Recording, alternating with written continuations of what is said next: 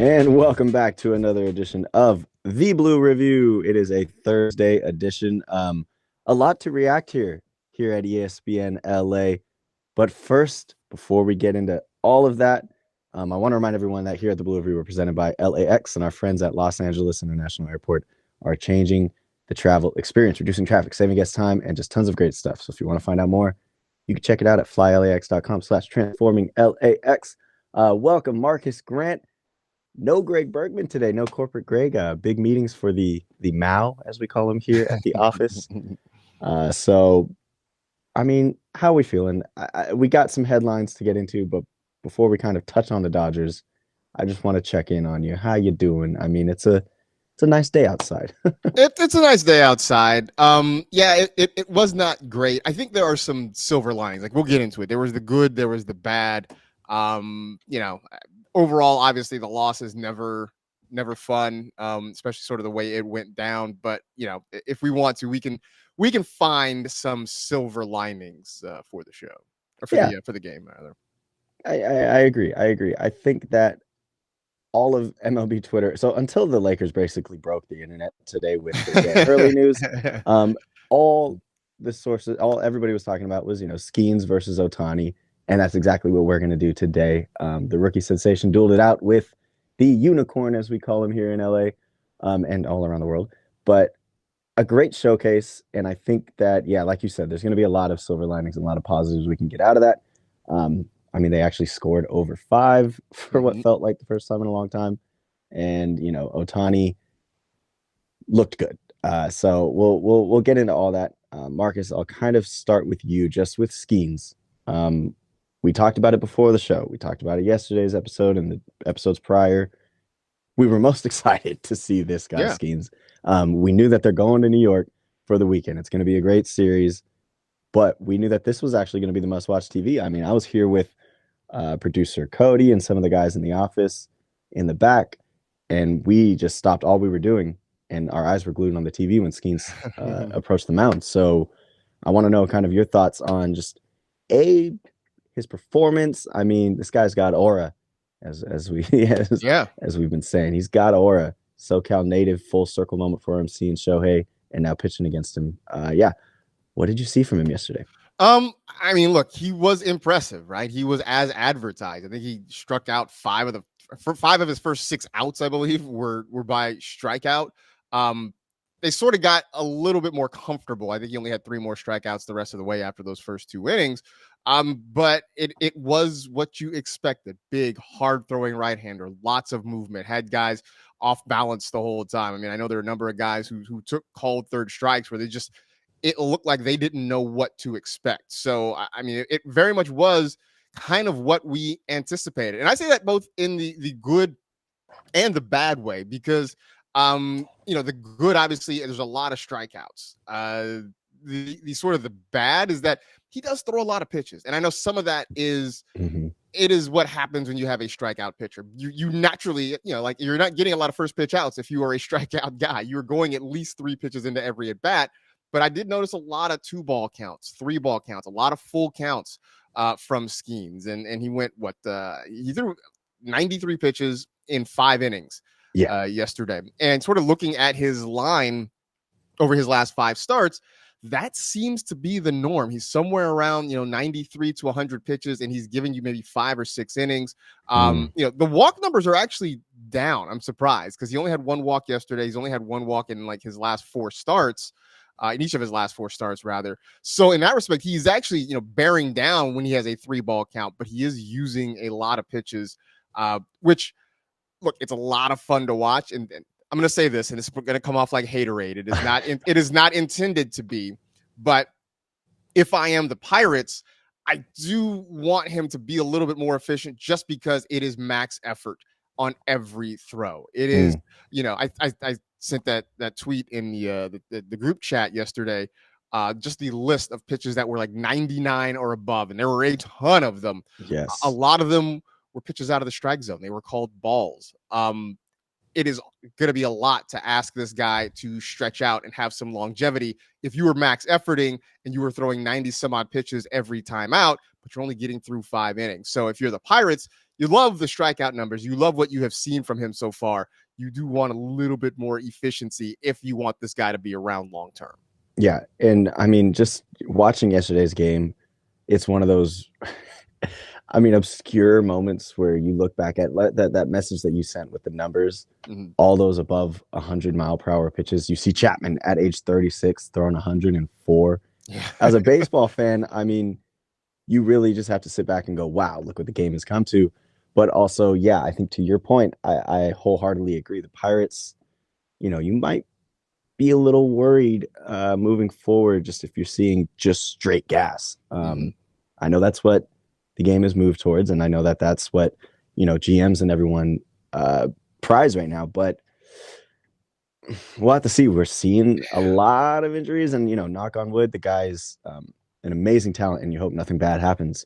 But it was an honor. It was really cool to see him versus Shohei. I think that is what baseball needs right now. It was a lot of fun for sure. It's funny. I remember I am old enough to remember when there were maybe one or two guys across all of Major League Baseball that could even touch 100. Like, it was a big deal. Yeah. I remember as a kid, I was Nolan Ryan was the first person I ever heard of who could throw 100 miles an hour. And he didn't do it that often. It was every once in a while he might crank it up to that. Like, now every team has multiple guys usually that can hit that number. But the him versus Shohei battle was really great especially because they each won one of those at bats. In the first one, Skenes gets the strikeout and really just sort of made Shohei look bad. I mean, just blew right by him a couple of times and got the strikeout. Then the second time around, Shohei gets him on I think it was a 3-2 pitch, gets him for the 2-run home run. So everybody sort of won.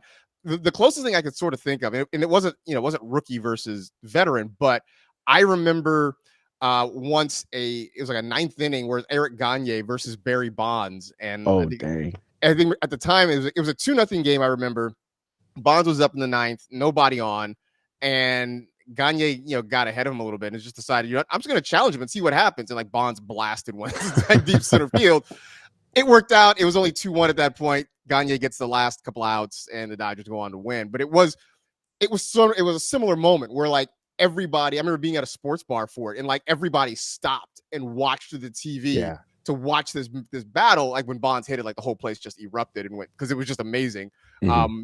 This sort of had that feel to it, and obviously the Pirates and the Dodgers aren't really rivals like that. But to see Skenes, who is quote unquote the next big thing, against Shohei, which I know the commercials he says, we got now, he is the now. He is. It was really, really, really cool to watch.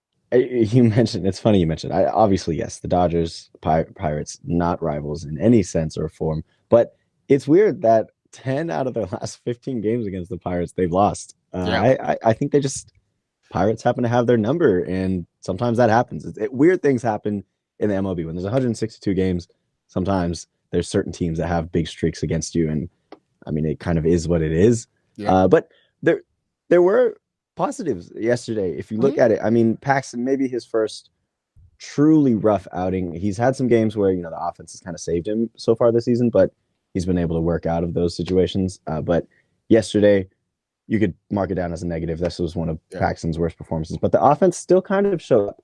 I think seeing Ohtani with 2 hits, and then Hayward, I wanted to point out, huge day for Hayward with I think it was 3 doubles. Yes, 3 doubles.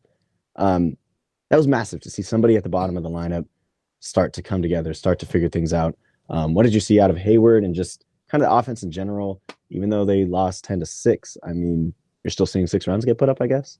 Yeah, I mean, I think that was one of the big positives I took away from it. I mean, first we'll start with Hayward, because you mentioned the triple double, if you will, that he had yesterday.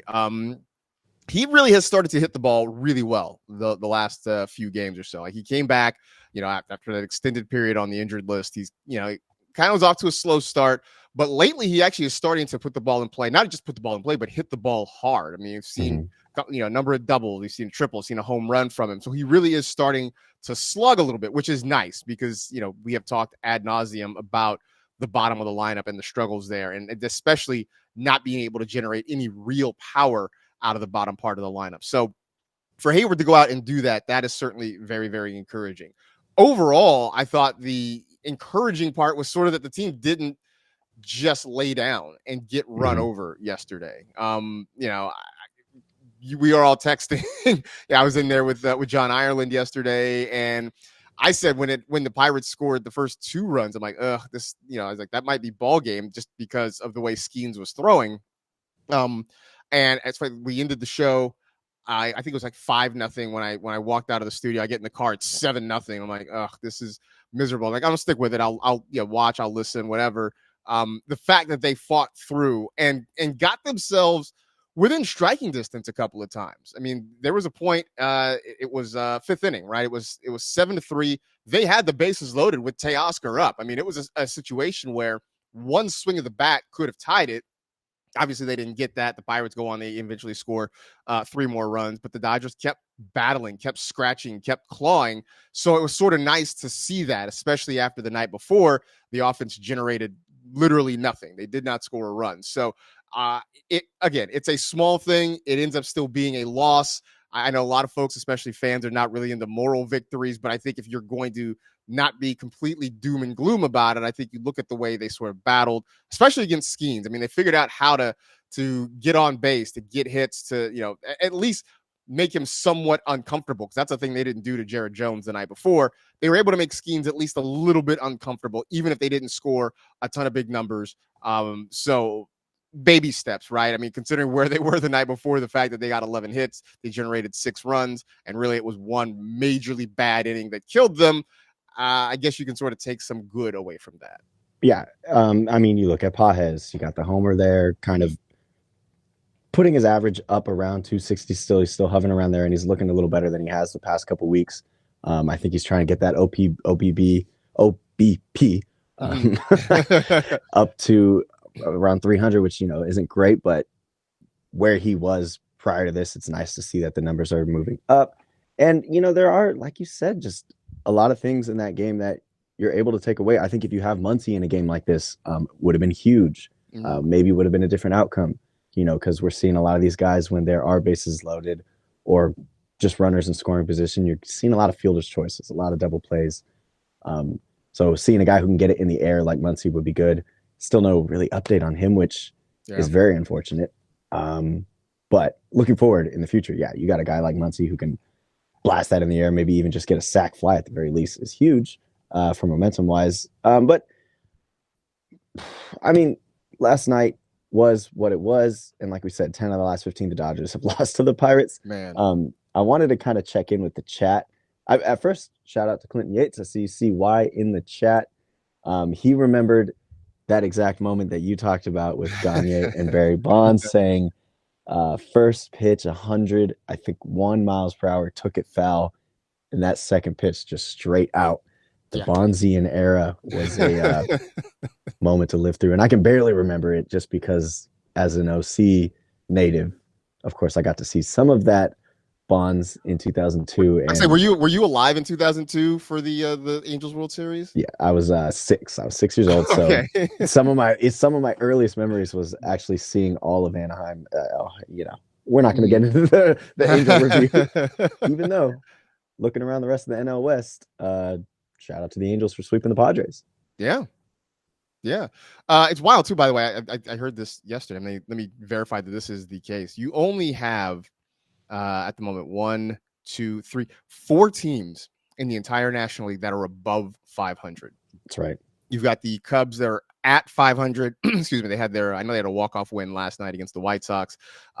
They are at 500, but it's like the Phillies, the Braves, the Brewers, the Dodgers are above 500. The Cubs at 500. Everybody else has a losing record in the National League right now.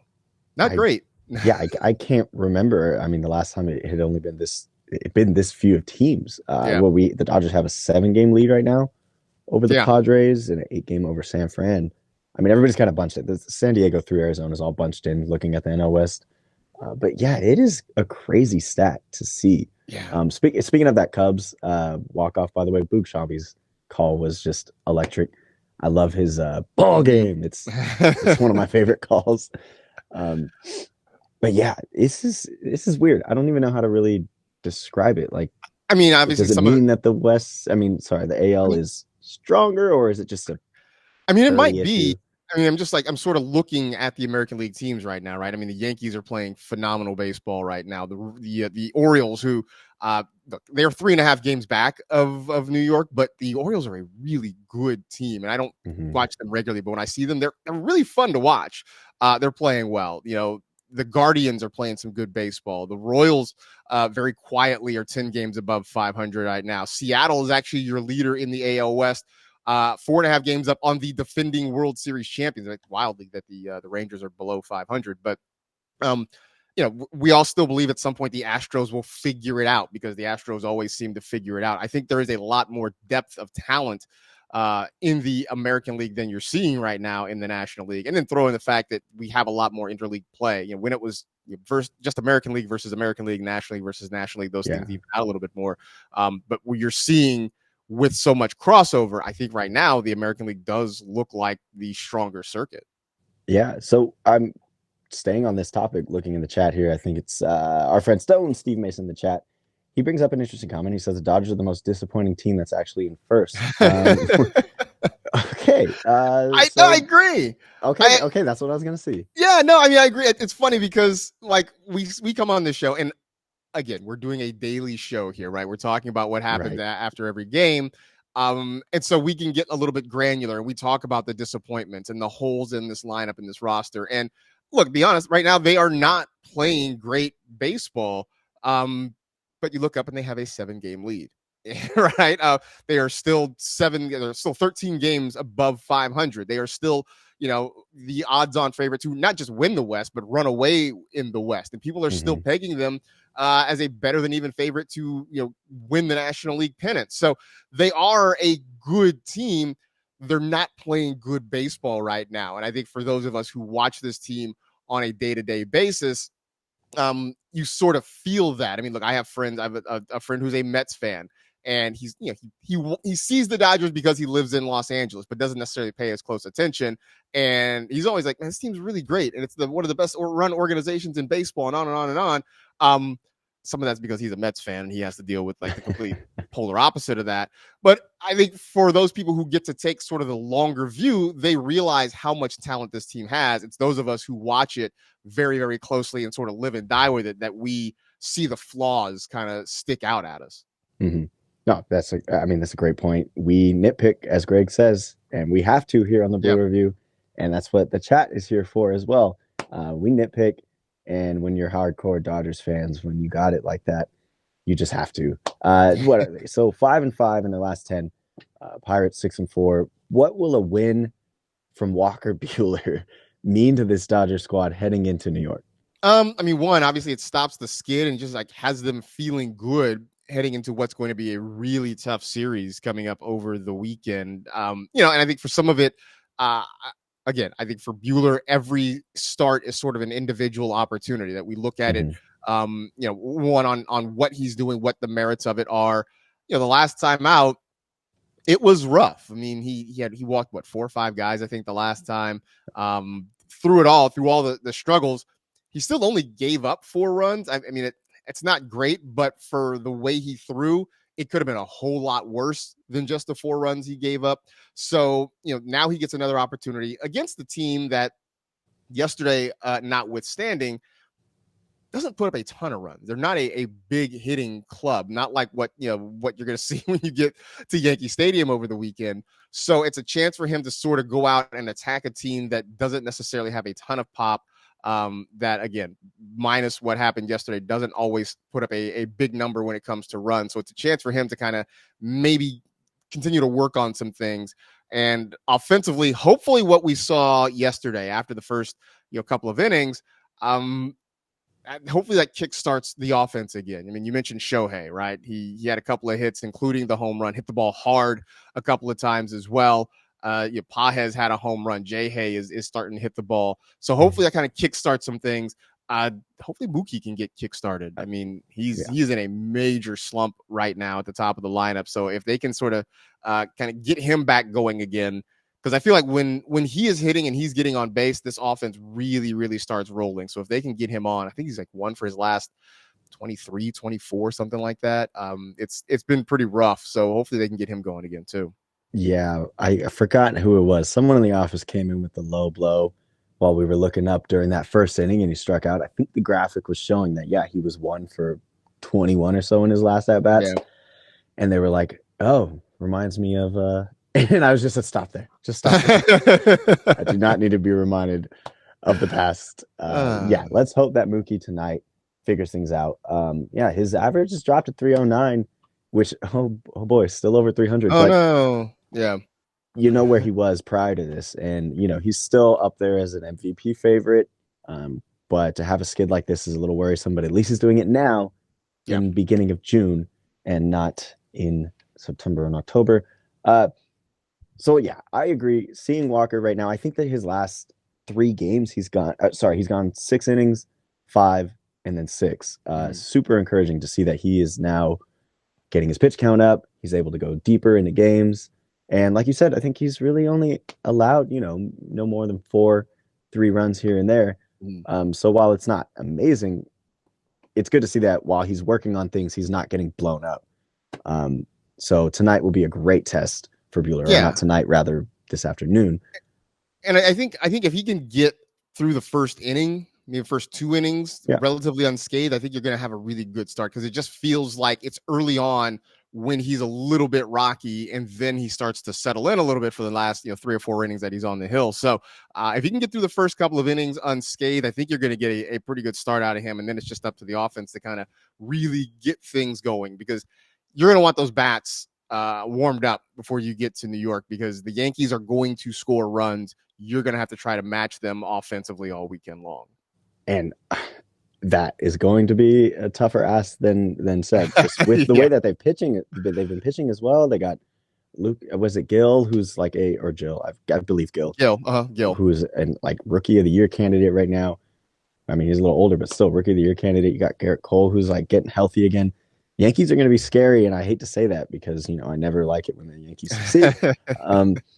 Showing my bias here, but you said it best. The Dodgers are probably going to have to win today in order to bring some momentum into the Yankees series. Outside of that, Marcus, is there anything you kind of want to just bring to the attention of the chat? I lost the chat earlier, but the computer was working weird. Oh, no. Here we are. Oh, I got him back. Yeah. Yeah, in October form. Oof, didn't want to see that comment. I mean, look, I think this team in general, I heard people say like it feels like they're playing October baseball, and that's not a compliment. The way this team has played the last few Octobers, I mean, I saw a lot of that on Tuesday when they were in the midst of the 0 for 12 with runners in scoring position. I just saw a lot of tweets that are saying they're playing playoff baseball right now, and that that's sort of become the Dodger mantra, at least the Dodger fan mantra right now. So we need them to start playing June, July baseball here in June, right? Yes. And sort of carry that through. So we'll see. I mean, I think a lot of us sort of felt like just looking again on paper that this was a series that was very winnable. Look, I heard Oral Hershiser say earlier in the week that this had the makings of a trap series because you knew what was coming on the backside of it. And, to lose in different ways is frustrating. To lose on Tuesday when you had opportunities and only gave up 1 run. It was 1 bad pitch that beat you on Tuesday. It was 1 bad inning that beat you on Wednesday. So it's sort of in different ways. Hopefully they can sort of clean that up and at least salvage 1 game out of this series. That's right. Couldn't have said it better myself. So Dodgers 340 today. It's Walker Bueller on the bump. So we're excited for that one, and we will react tomorrow 9:30 to 9:55. We appreciate you for being in the chat and commenting, giving us questions, keeping this discourse going. Thank you to CY who was in the chat. And Marcus, thank you very much for being here. We hope to see you in the studio again soon. You did a great job yesterday. Just want to give you the flowers. I saw some comments in there saying you did a great job as well. So shout out to Marcus. Shout out to the Blue Review. Shout out to LAX. We'll be back tomorrow. Ivan Parker Bell, and I will cue that music.